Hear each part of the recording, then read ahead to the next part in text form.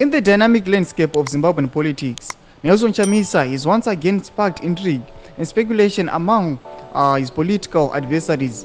The opposition leader, known for his articulate, rhetoric, and strategic maneuvers, recently took to Facebook to deliver a cryptic yet poignant message. Ashperi mushe muri Zimbabwe noda kuNelson Chamisa ongokipa the ruling party Zanu-PF yaidi Mnangagwa ichingogesa vasingazivi his way kana maplans ake. Sambi na mashoko abudanyirwa naNelson Chamisa uri subscribe like kuti na on the bell icon. Anyora achiti Nelson Chamisa posted a thought-provoking message that resonated deeply with the followers and supporters alike.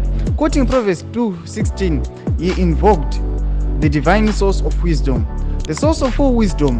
Wisdom is a gift from God, for the Lord gives wisdom. From his mouth come knowledge and understanding. Proverbs 2:16. Blessed Sabbath, God is in it.